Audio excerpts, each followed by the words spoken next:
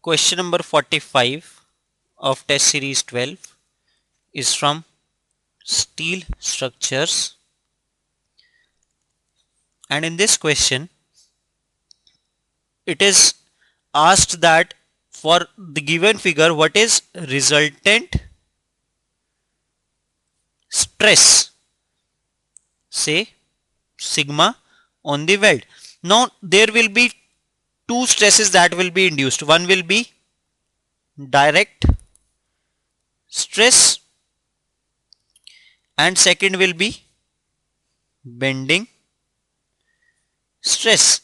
Now if we talk about direct stress, now since there will be welding on both the sides, so each weld will be taking half of the direct stress, so it will be given by 60 into 10 to the power 3, just to convert it into Newton, into divided by 2 into area of the weld, which is 200, and thickness of the weld is given as 6 mm, so into 6, so it comes out to be Newton per mm square or megapascal, which is one and same thing, so it comes out to be 25 megapascal. If we talk about bending stress can be calculated from the formula that stress will be given by m into y by I. So I by y can be reduced to z, which will be given by td square by 6.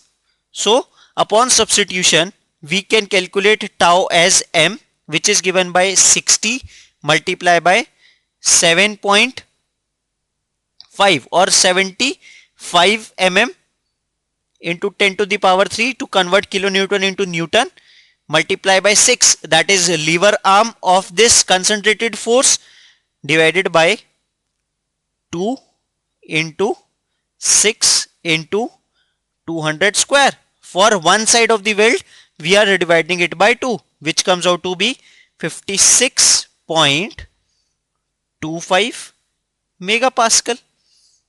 So if we talk about a resultant stress, tau resultant will be direct stress, which is 25 square, plus bending stress, which is 56.25 square, so it comes out to be 61.55 megapascal. So correct answer for question number 45 is option B.